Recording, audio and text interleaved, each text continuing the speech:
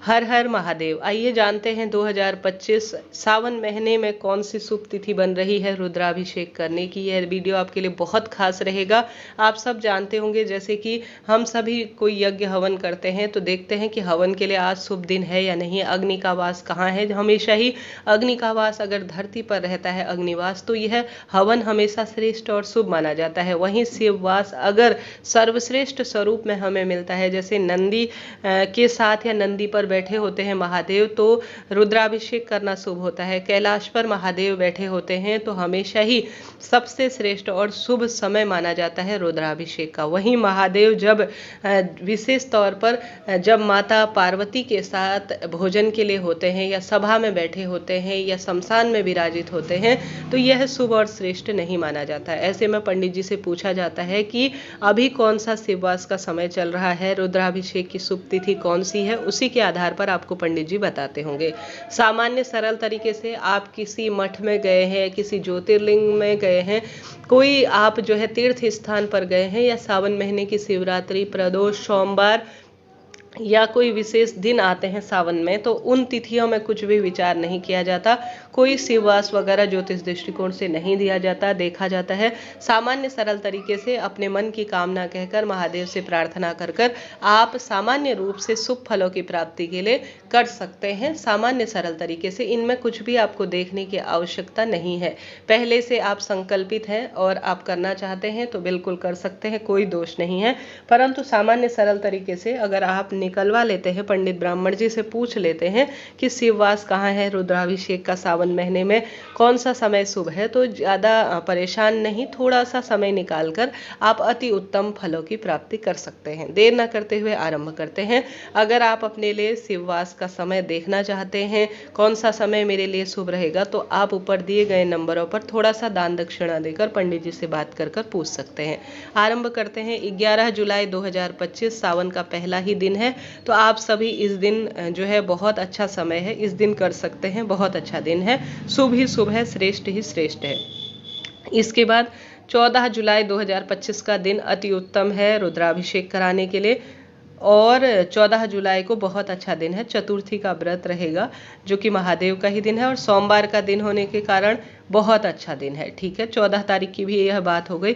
अब 15 तारीख की बात कर लेते हैं। 15 तारीख को भी अच्छा है, शिववास है, बहुत अच्छा सुंदर समय है। 15 जुलाई को आप रुद्राभिषेक करवा सकते हैं। इस दिन मंगला गौरी व्रत होगा, नाग पंचमी का दिन है, तो अच्छा दिन है, बहुत सुंदर है। सदभिषा नक्षत्र, पूर्वा भाद्रपद नक्षत्र है। इसके बाद जो बात है वह 15 जुलाई की बात कर ली। अब 17 जुलाई 2025 की है। अष्टमी का दिन रहेगा, सर्वार्थ सिद्धि योग है, सप्तमी की भी तिथि है, बहुत अच्छा दिन है। 17 जुलाई को भी आप ले सकते हैं, अति उत्तम है। इसके बाद 18 जुलाई 2025 का भी अति उत्तम दिन है, सर्वार्थ सिद्धि योग है और रुद्राभिषेक की शुभ तिथि है। अष्टमी का दिन रहेगा पूरे दिन रात्रि में। श्रावण का महीना अति उत्तम है रुद्राभिषेक के लिए। इसके बाद 20 जुलाई 2025 का दिन है, कृतिका नक्षत्र है, 10वीं तिथि रहेगी, तो आप 20 जुलाई को भी रुद्राभिषेक अपने घर या किसी मंदिर प्रांगण में करवा सकते हैं। हमेशा ही रुद्राभिषेक कराना संतान प्राप्ति के लिए, सुख सौभाग्य के लिए, धन संपदा, नवग्रहों की दशा सुधारने के लिए अति उत्तम और अति श्रेष्ठ माना जाता है। शुभ काम फलों की प्राप्ति के लिए हर स्वरूप में रुद्राभिषेक फल देने वाला होता है।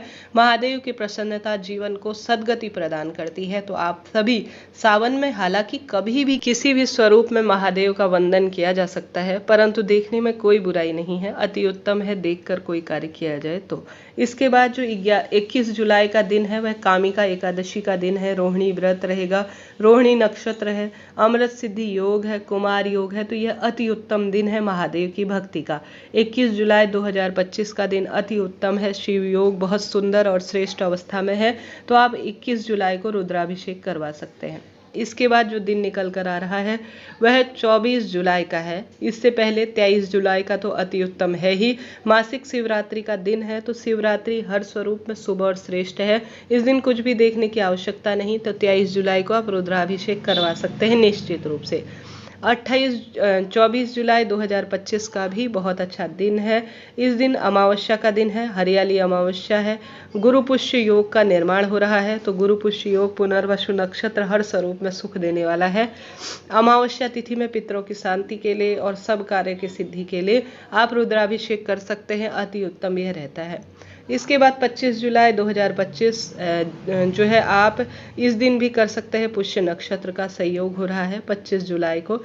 26 जुलाई 2025 का भी अति उत्तम दिन है, अश्लेषा नक्षत्र है, तो आप 26 जुलाई को भी ले सकते हैं। इसके बाद 28 जुलाई 2025 का भी अति उत्तम दिन है, चतुर्थी व्रत रहेगा, दुर्वा गणपति व्रत है, तो इस दिन को भी आप कर सकते हैं 28 जुलाई को, ठीक है।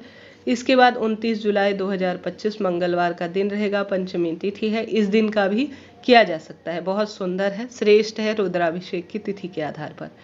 30 जुलाई 2025 बहुत अच्छा दिन है, रवि योग का निर्माण हो रहा है, सर्वार्थ सिद्ध योग है, तो 30 जुलाई को भी आप ले सकते हैं, अति उत्तम है, ठीक है। यह बात हो गई। अब बात करते हैं 31-30, यह दूसरा महीना अगस्त महीने की हम बात कर लेते हैं। तो अगस्त महीने में 2 तारीख का दिन बहुत सुंदर है, श्रेष्ठ है। 2 अगस्त को जो है विशेष तौर पर श्रावण महीने की अष्टमी रहेगी, तो 2 अगस्त को आप रुद्राभिषेक कर सकते हैं। 3 अगस्त 2025 को भी रवि योग है, बहुत अच्छा दिन है, नवमी तिथि है। 5 अगस्त 2025 को भी किया जा सकता है, पुत्रदा एकादशी का व्रत रहेगा, ठीक है। 5 अगस्त की हमने बात कर ली। 6 अगस्त द्वादशी का दिन रहेगा, बहुत अच्छा समय है, प्रदोष व्रत है, इस दिन को भी आप कर सकते हैं रुद्राभिषेक। 7 अगस्त 2025 को रवि योग है और पूर्वाषाढ़ा नक्षत्र है, इस दिन आप ले सकते हैं तिथि, बहुत अच्छा है। 8 अगस्त 2025 यह दिन भी बहुत सुंदर है, श्रेष्ठ है, 8 अगस्त को रुद्राभिषेक करवा सकते हैं। 9 अगस्त 2025 को भी रुद्राभिषेक किया जा सकता है। तो यह सावन महीने के जुलाई अगस्त की मैंने आपको तिथि बताई। जरा सा भी वीडियो उपयोगी रहा हो तो लाइक करें, शेयर करें, और जो है मेरी वीडियो उपयोगी रहती है, मुझे ब्राह्मण दक्षिणा देना चाहते हैं तो ऊपर दिए गए नंबरों से आप बात कर सकते हैं। रुद्राभिषेक कराना कोई साधारण नहीं है, साथ में अगर आप रुद्राभिषेक करवाते हैं शिव की प्रसन्नता के लिए तो हर स्वरूप में यह लाभदायक माना जाता है। तो आप जो है सावन महीने में निष्काम भावना से तो हर एक दिन करवा सकते हैं, कोई दिक्कत की बात नहीं है, परंतु किसी कामना के तहत, कोई सिद्धता के तहत आप करवाना चाहते हैं तो बहुत सुंदर भाव सच्चे मन से आप किसी तिथि पर ही इसका चुनाव करें। सच्चे मन सच्चे भाव से अलग अलग द्रव्यों से महादेव का अभिषेक किया जाता है, जो कि अत्यधिक शुभ और श्रेष्ठ माना जाता है।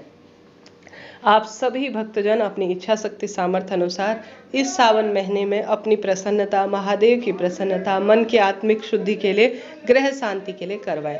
और हवन इसमें जो है आवश्यक नहीं है, हवन जो है यह अपने आप में ही एक महायज्ञ और महाहवन है। जब पंडित जी आते हैं, रुद्री पाठ करते हैं और मंत्र जाप जो सुंदर होता है, तो वह अपने आप में अद्भुत है। आप चाहें तो करवा सकते हैं, नहीं तो आवश्यक नहीं है। हर हर महादेव।